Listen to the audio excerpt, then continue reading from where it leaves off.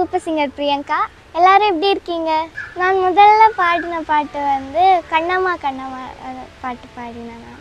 இலங்கையில் சுற்றி இருக்கிற அத்தனை உதவுகளும் எங்களுக்கு உதவி செய்தவங்க அத்தனை பேருக்கும் இந்த நன்றியை, இந்த சிரம் தாழ்ந்த நன்றியை தெரிவித்துக்கொள்கிறேன். உங்களோட சப்போர்ட் இல்லாட்டி என் மகள் இவ்வளோ தூரம் வந்திருக்க முடியாது. இது வந்து அவள் தனிப்பட்ட ரீதியாக பிரியங்காட உழைப்பால் போனது, அவளோட குரல் வளத்தால் அவள் உழைப்பான போனதுக்காக மட்டும் இல்லை, அத்தனை பேரும் சேர்ந்து அந்த ஒரு குழந்தையை வந்து அந்த இசை பயணத்தை நல்லபடியாக முடித்து வச்சதுக்கு நன்றி.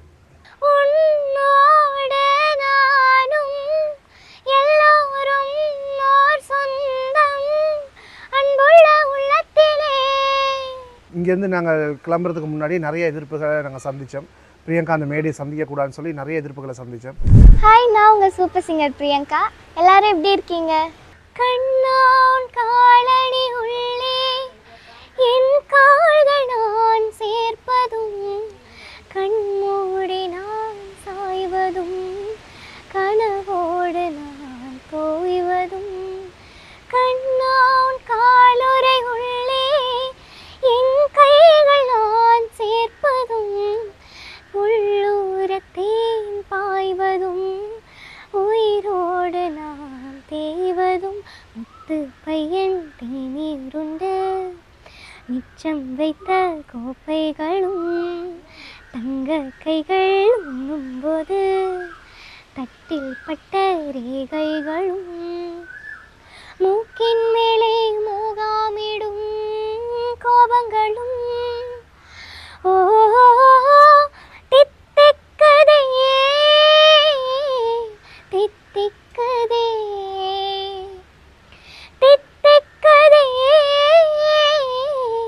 தித்திக்கதே.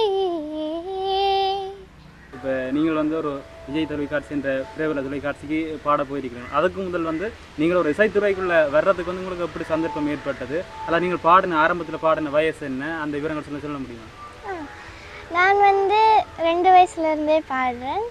நான் முதல்ல பாட்டு எல்லாமே வீட்டுக்குள்ளே தான் என் அத்தையும் தாத்தாவும் பாடுவாங்க. ஸோ அவங்கக்கிட்ட தான் நான் கற்றுக்கிட்டேன். என் அத்தை தான் எனக்கு வந்து மியூசிக் வந்து டீச் பண்ணினாங்க. நான் முதல்ல பாடின பாட்டு வந்து கண்ணம்மா கண்ணம்மா பாட்டு பாடினேன். அங்கே எந்த சந்தர்ப்பத்தில் பாட கிடைச்சது? அது வந்து எங்கள் அத்தையோட பர்த்டேட நான் பாடினேன். அத்தையோட பர்த்டே. அந்த டைமில் உங்களுக்கு எத்தனை வயசு இருக்கு? அந்த டைமில் எனக்கு ஒரு 4 வயசு இருக்கும். அதுக்கு பிறகு வந்து நீங்கள் எப்படி இந்த இசைத்துறைகளை வந்தீங்க? அதுக்கு பிறகு நான் வந்து வீட்டில் வந்து சும்மா பாட தொடங்கினேன். பிறகு வந்து வீட்டில் யூடியூப் வீடியோஸ் அதெல்லாம் எடுத்து போட ஸ்டார்ட் பண்ணினேன். பிறகு வந்து கோயிலில் கச்சேரி பாட்டு அதில் தேவாரம் படித்து அப்படி தான் வந்தேன் நான். கடந்த வருஷம் தைப்பொங்கல் அன்னைக்கு ஒரு யாழ் ராகம்ஸ் என்ற இசைக்குழுவில் நான் பாடினேன். அதுக்கு பிறகு தான் என்னை நிறைய பேருக்கு தெரிய வந்தது. அதுக்கு பிறகு தான் நான் ரீச் ஆகினேன். அதுக்கு பிறகு தான் இவ்வளோ விஷயம் நடந்தது. உங்களோட பூர்வீகத்தில் ஏதாவது இசை பாடக்கூடிய எல்லா இசை குடும்பம் உங்களோட பூர்வீகம்? இல்லை, அப்படி இல்லை. என் அத்தை வந்து கர்நாடிக் டீச்சர். அவங்க வந்து மியூசிக் படிச்சுக்கிட்டு இருக்காங்க. அவங்கக்கிட்ட தான் நான் படிச்சுக்கிட்டேன். முறைப்படி சங்கீதம் கற்றுனீங்களா அல்லது வந்து ஒரு கேள்வி ஞானத்தில் பாடுறீங்க? கேள்வி ஞானத்தில் தான் கற்றுக்கிட்டேன். அப்போ நீங்கள் சங்கீதம் படிக்கிறதுக்கு விரும்புகிறீங்களா? அப்படின்னு சொல்லிக்கிறீங்களா? இப்போ நீங்கள் விஜய் தொலைக்காட்சிக்கு போயிருக்கிறீங்க. விஜய் தொலைக்காட்சிக்கு போயக்குள்ளே வந்து இப்போ நீங்கள் இங்கே இலங்கையில மேடையிலையும் பாடியிருக்கிறீங்க. அந்த மேடைக்குள்ளே போய் பாடைக்குள்ளே வந்து எப்படியான மாற்றங்கள் உங்களுக்கு ஏற்பட்டது? விஜய் தொலைக்காட்சியில் மேடையில் நான் போய் பாடக்கு நிறைய விஷயம் கற்றுக்கொண்டேன். நான் அந்த சங்கீதத்தில் நுணுக்கங்கள் அதெல்லாமே பெரிய லெஜெண்ட்ஸ் கிட்டேருந்து நீ சொல்லிக்க அது எல்லாமே யூஸ்ஃபுல்லாக இருந்தது. நிறைய விஷயம் நான் கற்றுக்கொண்டேன் அந்த மேடையில். மற்றது வந்து அங்கே உங்களோட வந்து நீங்கள் அங்கே இருக்கிற சிங்கர்ஸோ அல்லது வந்து கண்டஸ்டண்ட்டோ உங்களோட வந்து பழகின விதங்கள் வந்து எப்படி இருந்தது? ரொம்ப ஃப்ரெண்ட்லியாக பழகினாங்க. நான் அந்த பாட்டு அன்றைக்கி ஒழுங்காக பாடையில் இருந்தாலும் நெக்ஸ்ட் டைம் ட்ரை பண்ணேன்ட்டு நல்லா சப்போர்ட்டாக இருந்தாங்க. நீங்கள் வந்து இப்போ யாழ்ப்பாணத்திலிருந்து அல்லது வந்து இலங்கையிலேருந்து சென்றிருக்கின்ற வகையில் வந்து உங்களுக்கு விசேடமான கவனிப்புகள் ஏதாவது அங்கே கிடைத்ததா? அல்லது ஏதாவது ஒரு என்னென்ற ஒரு ட்ரைனிங் பண்ணுறதுல கூட ஒரு விசேஷமான இதுகள் கிடைத்ததா அங்கே? ரொம்ப அப்படியே ஒன்றும் இல்லை, இப்போ நல்லா ஃப்ரெண்ட்லியாக பழகினாங்க. அவங்க நாட்டு பிள்ளைகள் மாதிரி ரொம்ப ஃப்ரெண்ட்லியாக பழகினாங்க, நல்லா ஜாலியாக இருப்பாங்க. அங்கே இருக்கிற மற்ற போட்டியாளர்கள் வந்து உங்களோட பழகுற விதம் எப்படி இருந்தது? போட்டியாளராகவே இல்லை, நாங்கள் எல்லாருமே ஃப்ரெண்ட்ஸாக தான் இருந்தோம். பாடும்போது மட்டும்தான் நாங்கள் எல்லாருமே போட்டி, மற்றபடி நாங்கள் எல்லாருமே நல்ல ஃப்ரெண்ட்ஸ் தான். இப்போ நாங்கள் ஒரு வகுப்பில் படிக்கக்குள்ளே வந்து ஒரு இப்போ நான் 2 பிள்ளைகளோட வந்து போட்டிகள் வரும். இப்போ நான் கூட மார்க்ஸ் எடுக்கிறேன், நீ கூட மார்க்ஸ் எடுக்கிறேன், அப்படி அந்த போட்டிகள் வந்து அங்கே விஜய் தொலைக்காட்சி அந்த குடும்பத்துக்குள்ளே ஏற்பட்டதாங்க. அப்படியெல்லாம் ஒன்றும் இல்லை, எல்லாரும் பாடும்போது எல்லாரையும் என்கரேஜ் பண்ணுவாங்க, சப்போர்ட் பண்ணுவாங்க. அப்படின்னு சொல்லிக்க இப்போ வந்து இது வந்து உங்களுடைய ஒரு முடிவல்ல, இது உங்களுடைய ஒரு ஆரம்பம். அப்படின்னு சொல்லிக்க இந்த ஆரம்பத்திலேருந்து ஆரம்பிச்சுட்டு அடுத்தது நீங்கள் எப்படி இந்த பயணத்தை மேற்கொள்றதுக்கு தயாராக இருக்கிறீங்க? எனக்கு இன்னும் பாடணும் என்றும் பெரிய சிங்கர் ஆகணும்ன்ற ஆசையும் இருக்குது, அதே சமயம் படிப்பையும் கொண்டு போகணும் என்ற ஆசையும் இருக்குது. அதுக்காக முயற்சியை நான் செய்து கொண்டு தான் இருக்கிறேன். இப்போ வந்து தென்னிந்திய திரையுலகத்துக்குள்ளே வந்து ஒரு திரைப்படத்திற்கோ அல்லது வேறொரு விடயத்திற்கோ உங்களுக்கு ஒரு பாடுவதற்கான சந்தர்ப்பம் கிடைத்தால் உங்களுடைய பிரதிபலிப்பு அப்படியாக இருக்கும்? கண்டிப்பாக பாடுவேன், என் அடுத்த கனவே அதுதான்.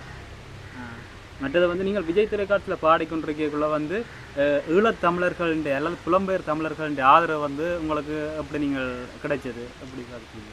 நிறைய அன்பு கிடைச்சிது, நிறைய ஆதரவு கிடைச்சிது. உலகம் முழுக்க இருக்கிற தமிழர்களோட ஆதரவு கிடைச்சிது. அதனால தான் நான் இவ்வளோ தூரம் வந்தேன். இப்போ நீங்கள் போகிறீங்களா, அங்கே போய் பாடிட்டு திரும்ப யாழ்ப்பாணத்துக்கு பாருங்கள், வரைக்குள்ளே வந்து எங்களுடைய மக்களுடைய வரவேற்பு அல்லது அரவணைப்பு வந்து எப்படி இருந்தது? ரொம்ப நல்லா இருந்தது, ரொம்ப நல்லா வரவேற்றாங்க. எங்களோட ஊர் மக்களும் சரி, யாழ்ப்பாணத்து மக்களும் சரி ரொம்ப நல்லா வரவேற்றாங்க. எல்லாருக்கும் ரொம்ப நன்றி. இந்த இசைத்துறை வந்து உங்களுடைய ஒரு கல்விக்கு வந்து ஒரு தடையா இல்லையா? இல்லை, ஏன்னா நான் இப்போ எனக்கு கல்வியும் முக்கியம்தான், பாட்டும் முக்கியம். அப்படின்னு சொல்லிச்சுன்னா உங்களுடைய எதிர்கால கனவு என்னவா இருக்குது? அது இப்போ பாட்டு ஒரு பக்கம், பிறகு படிப்பு ஒரு பக்கம். பாட்டில் வந்து பெரிய பாடகி ஆகணும் என்ற ஆசை, படிப்பில் வந்து ஒரு சயின்டிஸ்ட் விஞ்ஞானி ஆகணும் என்ற ஒரு ஆசை இருக்குது. மற்றது வந்து இப்போ உங்களுக்கு வந்து நீங்கள் விஜய் தொலைக்காட்சியோட இப்போ வந்துட்டீங்க, உங்களோட சுற்று முடிவடைந்து நீங்கள் வந்திருக்கிறீங்க. அப்படி இருக்கக்குள்ள வந்து உங்களுக்கு புலம்பெயர் நாடுகளில் இருந்து ஏதாவது பாடுவதற்கான வேண்டுகோள்கள் விடுக்கப்பட்டிருக்குதா? பாட கேட்டிருக்கணும் அங்கே உங்களோட ஏதாவது நாடுகள்ல இருந்து ஒரு மியூசிக் ப்ரோக்ராமுக்கு வந்து பாடுறது கேட்டுருக்கணும்? நிறைய பேர் கேட்டிருக்கிறாங்க. அப்படின்னு சொன்னால் எந்தெந்த நாடுகள்ல இருந்து உங்களுக்கு? ஆஸ்திரேலியா, ஜெர்மனி, பிரான்ஸ், மலேசியா, இன்னும் நிறைய நாடுகளில் கூப்பிட்டுருக்குறாங்க. அப்பா தான் எல்லாம் பார்க்குறாரு, அவருக்கு தான் தெரியும். இவ்வாறான இப்போ புலம்பெயர் நாடுகளில் இருந்து மாத்திரம் வந்தா அல்லது எங்களுடைய உள்நாட்டிலையும் வந்து வந்திருக்கிறா உங்களுக்கு பாடுவதற்கான வேண்டும்? வந்திருக்குறேன். குறிப்பாக சில இடங்களை சொல்ல முடியும்? அது அப்பாவுக்கு வந்து அப்படின்னு சொல்லிக்கல உங்களை போல நிறைய சிறுவர்கள் வந்து அல்ல சிறுவர்கள் முதல் பெரியவர்கள் வரை வந்து ஒரு இசைத்துறைக்கு சாதிக்கணும்ன்ற அவாவில் நகர்ந்து கொண்டிருக்கிறாங்க. அந்த வகையில் வந்து நீங்கள் அவைக்கு சொல்கிற ஒரு என்ன ஒரு கருத்து சொல்ல விரும்புகிறீங்க? எனக்கு அவ்வளோ அனுபவங்கள் இல்லை, ஆனால் எந்த அனுபவத்தில் நான் சொல்கிறேன், முயற்சியை மட்டும் விட்டுறாதீங்க. நீங்கள் ஆசையோடு முயற்சி செஞ்சால் இன்றைக்கோ நாளைக்கோ ஆனால் பலன் கட்டாயம் கிடைக்கும். முயற்சியை மட்டும் விட்டுறாதீங்க. இறுதியாக உங்களோட ரசிகர்களுக்கு நீங்கள் என்ன சொல்ல விரும்புகிறீர்கள்? என்னை சப்போர்ட் பண்ண எல்லாருக்குமே ரொம்ப நன்றி. உங்களோட அன்பும் ஆதரவுனால மட்டும்தான் நான் இவ்வளோ தூரம் வந்தேன். தொடர்ந்து எனக்கு சப்போர்ட் பண்ணிக்கிட்டே இருங்க, நானும் உங்களை என்டர்டெயின் பண்ணிக்கிட்டே இருக்கேன். தேங்க்யூ. எங்களுடைய ஊடக குழுமம் சார் உங்களுக்கு நன்றி கிடைச்சிருக்கு. நன்றி. தமிழ் பாட்டு ஓ இன்னுயிரின் இசைதானே, வீரல் மீட்டும் ஓ என் மொழியும் இசைதானே, அன்னை தந்தை செல்லம் அல்லவோ, தமிழீழம் எங்கள் இல்லம் அல்லவோ, இதயம் கோயில் அதெல்லாம் வாழ கவலை இசை நான் பாட. நான் பிரியங்காவோட அப்பா சிந்து மயூரன். எல்லாருக்கும் வணக்கம். என் மகள் பிரியங்கா வந்து ரொம்ப கஷ்டத்துக்கு மத்தியில் தான் இந்தியாவுக்கு போய் அங்கே விஜய் தொலைக்காட்சியில் வந்து பாடிட்டு வந்தவா. அதுக்கு இங்கேருந்து நாங்கள் கிளம்புறதுக்கு முன்னாடி நிறைய எதிர்ப்புகளை நாங்கள் சந்தித்தோம். பிரியங்கா அந்த மேடையை சந்திக்கக்கூடாதுன்னு சொல்லி நிறைய எதிர்ப்புகளை சந்தித்தேன். அது எல்லாரையும் மீறி அதை ரொம்ப கஷ்டப்பட்டு இந்தியாவுக்கு போய் அந்த விஜய் தொலைக்காட்சியில் நாங்கள் போய் சேரும்போது அந்த விஜய் தொலைக்காட்சி கொடுத்த ஆதரவுக்கு ரொம்ப நன்றி. ஏன்னா அவங்க ஆதரவு கொடுக்கலைன்னா இன்றைக்கி இந்த மகள் வந்து உலகம் முழுக்க தெரிஞ்சிருக்க மாட்டா. அதனால் முதலாவது இந்த வணக்கங்களை விஜய் டிவிக்கு சொல்லிக்கொண்டு அதற்கு பிறகு வந்து நாங்கள் அங்கே போய் நிற்கும்போது நிறைய தேவைகள் இருக்கும். அந்த தேவைகள் வந்து உங்களுக்கே தெரியும், பண தேவைகள், பொருளாதார ரீதியான தேவைகள். அதுகளை வந்து எங்களோட ஈழத்தில் இருக்கிற மக்களும் புலம்பெயர்ந்த தமிழர்களும் மலையக தமிழர்களும் இலங்கையில் சுற்றி இருக்கிற அத்தனை உறவுகளும் எங்களுக்கு உதவி செய்தவங்க அத்தனை பேருக்கும் என்ற நன்றியை, என்ற சிரம் தாழ்ந்த நன்றியை தெரிவித்துக்கொள்கிறேன். உங்களோட சப்போர்ட் இல்லாட்டி என் மகள் இவ்வளோ தூரம் வந்திருக்க முடியாது. இது வந்து அவள் தனிப்பட்ட ரீதியாக பிரியங்காட உழைப்பால் போனது, அவளோட குரல் வளத்தால் அவள் உழைப்பான போனதுக்காக மட்டும் இல்லை, அத்தனை பேரும் சேர்ந்து அந்த ஒரு குழந்தையை வந்து அந்த இசை பயணத்தை நல்லபடியாக முடித்து வச்சதுக்கு நன்றி. இப்போ நீங்கள் வந்து யாழ்ப்பாணத்திலேருந்து அங்கே போயிருக்கிறீங்க அப்படின்னு சொல்லியிருக்கோம். அந்த உங்களோட வந்து யாழ்ப்பாணத்தில் தமிழர் என்ற இதில் உங்களை அதை பார்த்த விதம் எப்படி இருந்தது? யாழ்ப்பாணத்து தமிழர்னு சொன்னாலே இந்தியா தமிழர்களுக்கு ரொம்ப பிடிக்கும். முதலாவது ஏன்னு சொன்னால் அவங்களுக்கு உங்களுக்கே தெரியும் ஏற்கனவே யாரை பிடிக்கும் எப்படி பிடிக்கும்னு சொல்லி தெரியும். அதனால் வந்து ஈழத்தமிழர்கள்னு சொன்னால் அவங்களுக்கு ஒரு தங்களோட உறவுகளை சந்திக்கிற மாதிரி ஒரு ஆசை. வாங்க வாங்க உட்காருங்க சாப்பிடுங்க. அதே போல் தான் நம்ம தமிழ் அன்றைக்கி சசிகுமார் சார் வந்து சொல்லியிருப்பார், ஈழத்தமிழர்கள் வந்து தமிழ்நாட்டு தமிழர்களை வந்து கைட் பண்ணுற விதம், அதாவது வரவேற்கிற விதம் ரொம்ப அன்பாக இருக்கும்னு சொல்லி. அதே போல் இந்திய தமிழர்களும் எங்களை ரொம்ப அன்பாக தான் வரவேற்றாங்க. ஒரு ஃபேமிலி மாதிரி தான். இப்போ அந்த டாப் 10 விஜய் டிவிக்குள்ளே இருக்கிற அந்த குடும்பத்துக்குள்ளே இருக்கிற அத்தனை பேருமே ஒரு குடும்பம் மாதிரி தான் வாழ்ந்துட்டு இருந்தோம். எல்லாருமே ஒன்றா ஷேர் பண்ணிக்கும், ஒன்றா இது பண்ணிக்கும், எல்லாருமே ஜாலியாக இருந்துட்டு போயிட்டோம். எல்லா பேரண்ட்ஸுமே நல்ல சப்போர்ட் தான், அதில் ஒரு குறைபாடுமே கிடைக்கல. இப்போ பார்த்தீங்கன்னு சொல்லிச்சுன்னா சில பெற்றோர் வந்து பிள்ளைகளுக்கு வந்து பாடம் திறமை இல்லை விளையாட்டு திறமை இருக்கக்குள்ளே வந்து அவங்க இல்லை நீ அதுக்குள்ளே போகக்கூடாது, நீ கல்விக்குள்ளே தான் போகணும்னு சொல்லி அப்படி ஒரு கட்டாயப்படுத்துகிற சூழ்நிலை காணப்படுது. அந்த வகையில் வந்து அப்படியான பெற்றோர்களுக்கு வந்து நீங்கள் என்ன விதமான கருத்துக்களை சொல்ல முன்வருகிறீங்க? பெற்றோருக்கு நான் சொல்லக்கூடிய விஷயம், நான் அவ்வளோ பெரிய ஆள் இல்லை. பெற்றோருக்கு நான் அவங்க பிள்ளைகள் தான் அவங்களுக்கு பெருசு. அப்போ அவங்கள வந்து தண்டை பிள்ளைக்கு திறமை இருக்கான்னு, நேர்மையான திறமை, நல்ல திறமை, இந்த விஷயத்தில் என் பிள்ளை உள்ளுக்கு போனால் அவள் நல்ல இடத்துக்கு வருவான்னு பெற்றோருக்கு இனங்காணக்கூடிய பெற்றோர்கள் அதிகமாக இருக்காங்க. அதை இனங்கண்டு அதுக்கான சான்ஸை கொடுத்து பார்க்கலாம், ஒரு வாய்ப்பை கொடுத்து பார்க்கலாம். அது முடியாத பட்சத்தில் அவங்க திருப்பி மேற்கொண்டு செய்யலாம். ஏன்னா படிப்புன்னு மட்டும் இருக்கக்கூடாது, படிப்பு முக்கியம் தான். அதுக்காக படிப்பு மட்டுமே வாழ்க்கை கிடையாது.